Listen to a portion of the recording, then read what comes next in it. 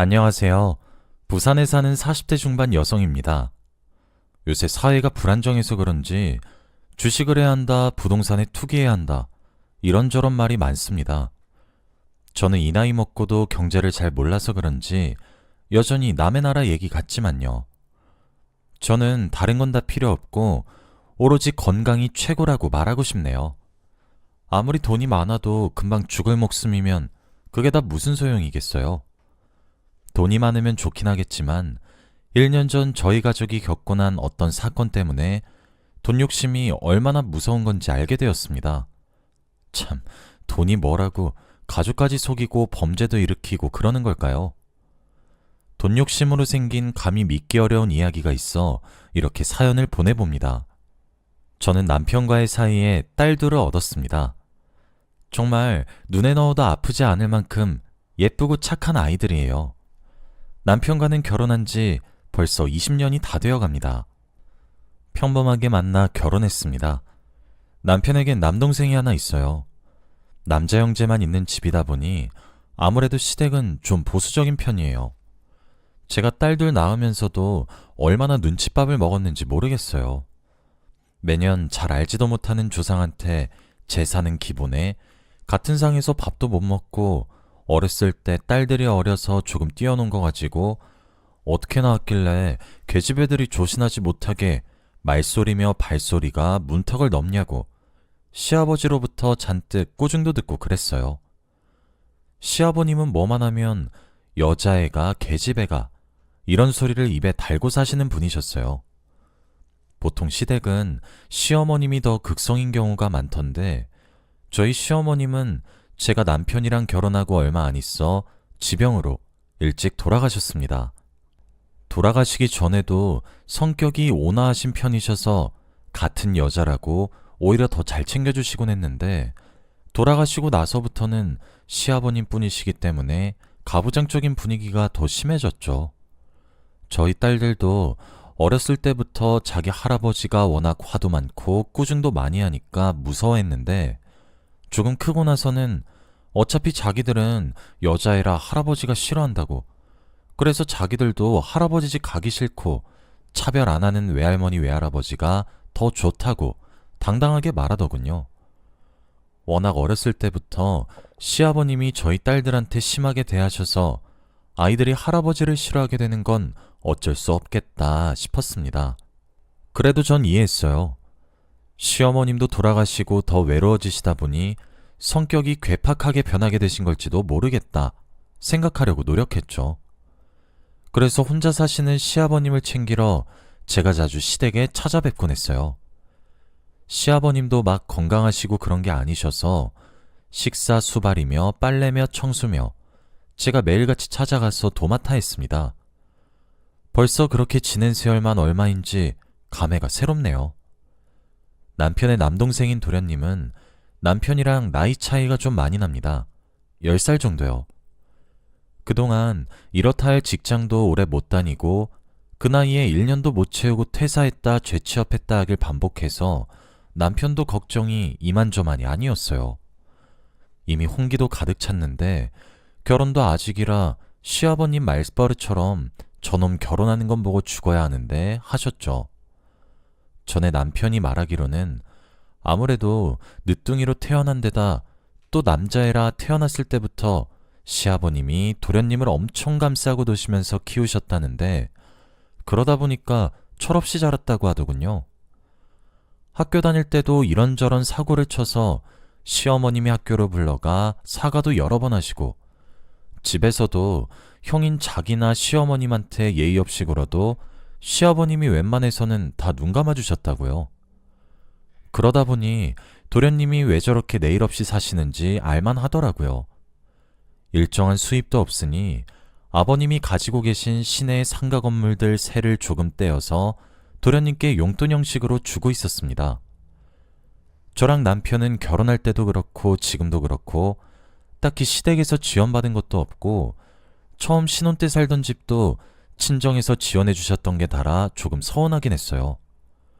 그래도 시아버님이 좋아서 그러겠다는데 이걸 말하기에도 쪼잔해 보이고 남편도 그냥 이제 별 생각 없다고 해서 그러려니 살아왔습니다. 저희도 이제 저희 힘으로 먹고 살기에 그렇게 빠듯하지 않았거든요. 어느 날 또 제사 때문에 도련님과 저희 집 식구들이 시아버님 댁에 모였습니다. 도련님이 결혼을 안 하셨으니 집안의 여자라고는 저랑 저희 딸들밖에 없어서 셋이서 제사 음식을 도맡아 했죠. 그렇지 않아도 이제 고등학생인데다 시험 기간도 앞두고 있는데 이렇게 제사 음식을 시키게 돼서 딸들에게 정말 너무 미안했어요. 그런데 시험 핑계대고 딸들이 제사에 빠진다고 하면 시아버님은 계집애 주제에 공부는 무슨 공부? 시집이나 잘 가면 그만이지. 그런 것 때문에 제사를 빠지다니. 에휴, 죽어서 조상님들 얼굴 볼 낯이 없다. 하시며 역정을 내세요. 막상 딸들을 제사에 데려오면 절도 안 시키고 쉬지 않고 제사 음식이나 만들게 시키면서요.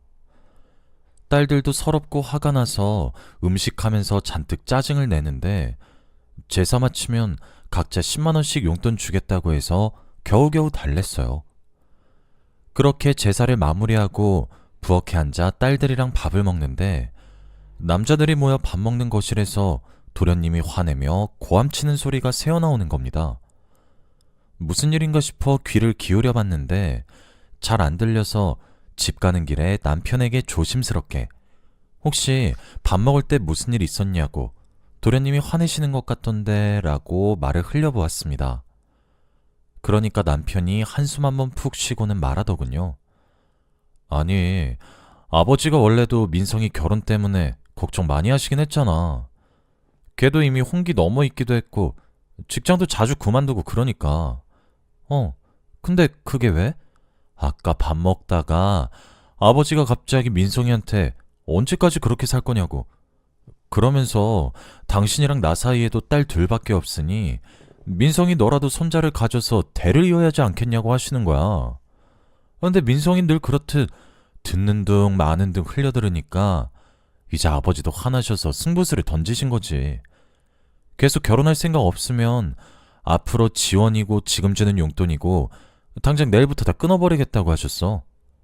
그래서 민성이도 그건 좀 곤란하고 당황스러우니까 아버지가 자기한테 어떻게 그럴 수 있냐고 그러면서 말다툼 좀 오고 간 거야.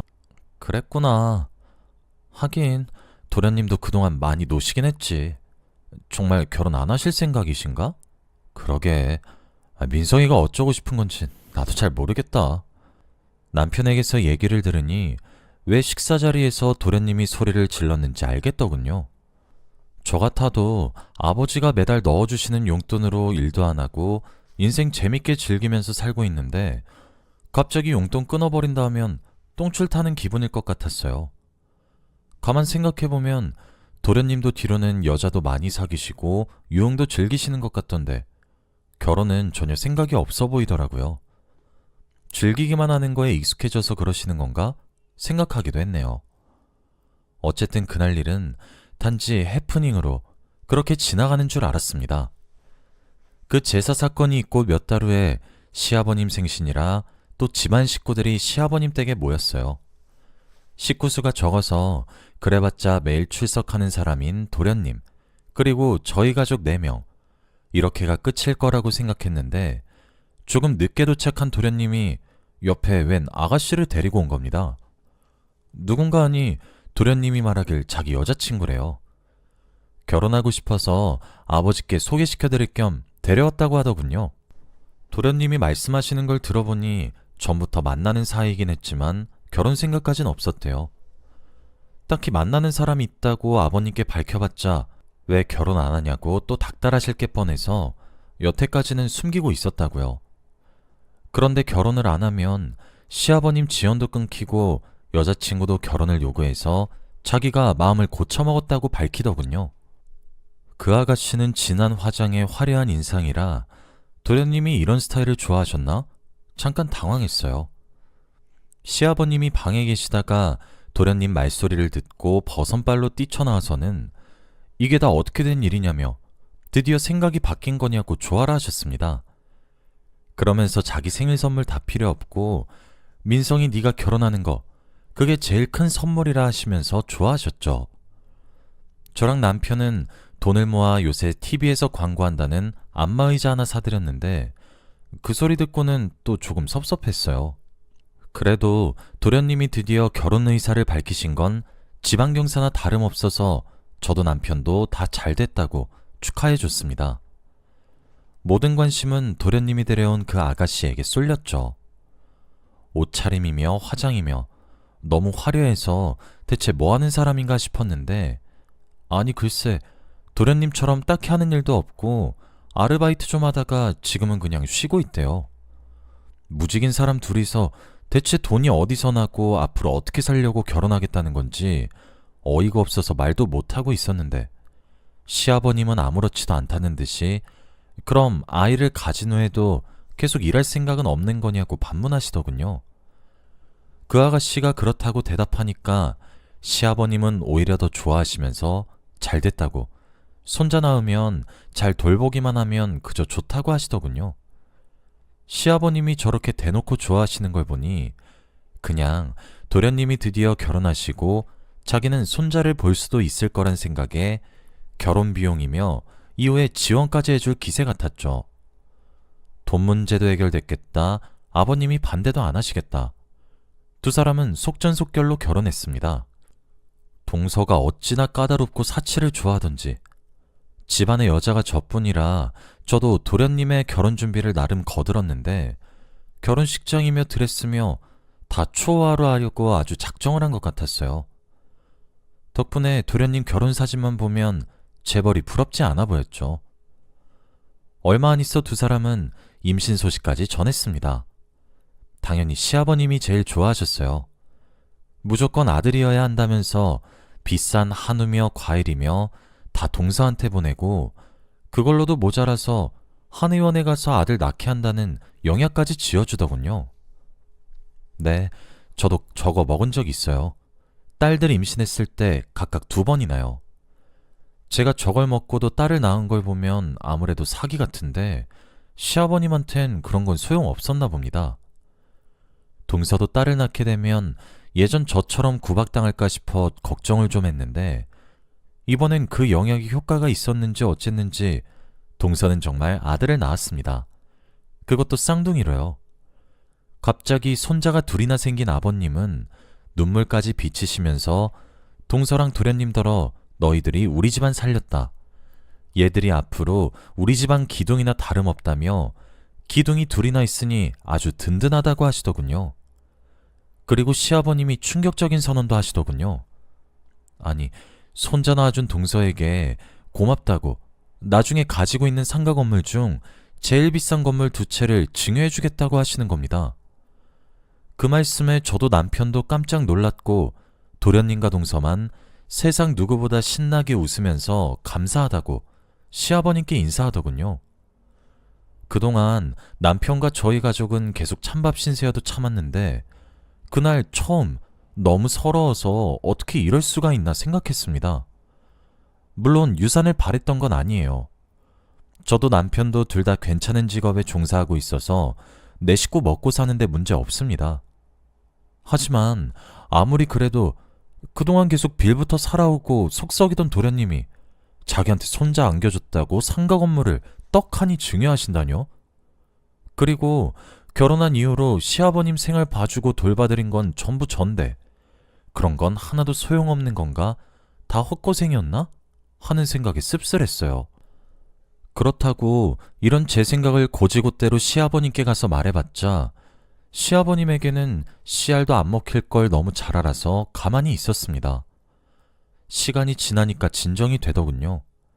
남편도 그냥 저희들 게 아니었나 보다 하고 넘기자고 저를 위로해줬습니다. 저도 동의했고요.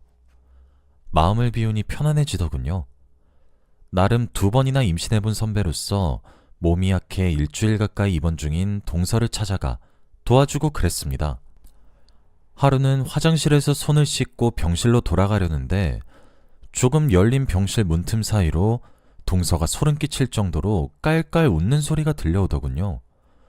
뭔가 꺼림칙한 기분이 들어 문 옆에 몸을 숨기고 가만히 있었습니다. 동서는 누군가 통화 중인 것 같았어요. 아, 그래. 그 등신 같은 영감탱.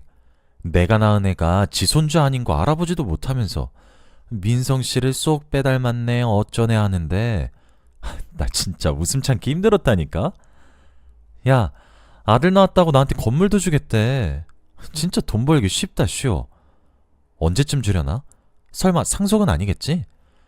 그럼 그 영감탱 죽을 때까지 기다려야 하잖아. 동서의 입에서 나오는 상스러운 말들이 다 뭔가 싶어 넋을 놓고 있다가 퍼뜩 정신을 차리고 녹음을 했습니다. 이게 다 무슨 소린가요?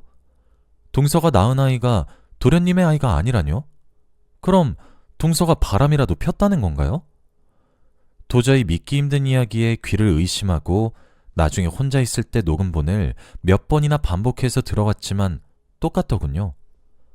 일단 태어난 쌍둥이가 자기 아이가 아니란 사실도 모르고 있을 도련님에게 빨리 이 사실을 알려야겠다 싶었습니다.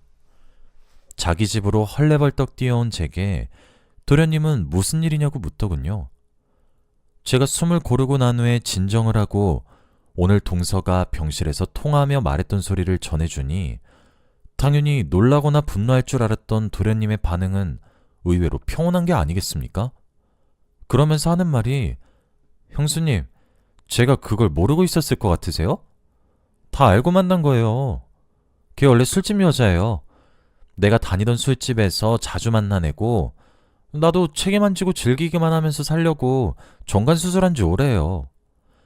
처음엔 걔 임신한 거 알고 다른 놈이 있다는 거 알아서 나도 좀 빡쳤는데 의사가 아들이라고 한 거 알고는 잘하면 아버지한테서 더 받아먹을 수 있겠다 싶어서 그냥 냅뒀어요. 근데 아버지도 참 손자가 그렇게 좋으셨는지 상가 건물 자체를 주실 줄 몰랐네. 형수님만 눈 감아주시면 건물 받고 나오는 돈 나중에 조금은 떼어드릴게요. 어차피 아버지 정정하셔서 언제 돌아가실지도 모를 것 같은데 형 몫으로 갈 쥐꼬리만한 유산보단 지금 저한테 조금 더 받는 게 형수님한테도 좋지 않겠어요? 도련님이 하는 말씀은 제가 병실에서 들었던 동서의 통화 내용보다 더 충격적이었습니다. 저는 머리를 굴려 한번 생각해보겠다 하고 나왔습니다. 그리고 그 자리에 주저앉을 뻔했어요. 너무 소름이 돋아서요. 하지만 지금은 그럴 여유도 없다 생각했습니다. 시아버님이 건물을 도련님 이름 앞으로 증여하시기 전에 이 사실을 밝혀야겠다고 생각했어요. 시간이 조금 지나 통화 녹음 기능을 켜고 도련님께 전화를 걸었습니다. 도련님께서 아까 하신 말씀 진심이냐고, 정말 동서가 술집 여자고 동서가 낳은 아이가 본인 아이 아닌 거 알고 있었냐고, 믿지 못하겠다는 듯 도련님이 의심을 품지 않게 순진한 태도로 다시 물었어요.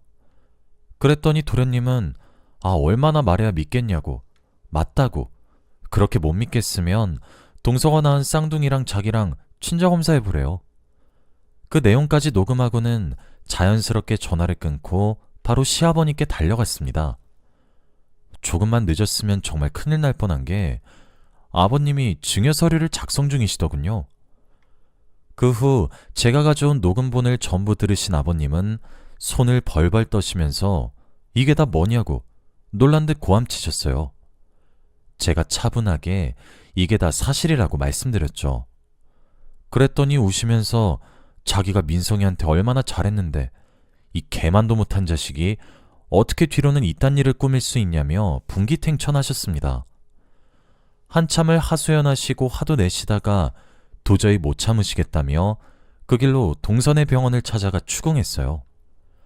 제가 들고 있는 확실한 증거도 있으니 동선은 반쯤 포기한 듯 술술 불더군요. 그리고 시아버님은 그 자리에 도련님도 불러 고함치셨어요.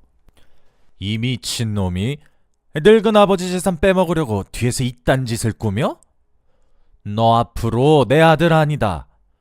그깟 건물이 뭐라고 남의 새끼를 내 손주로 속여? 둘 다 당장 내 집에서 나가!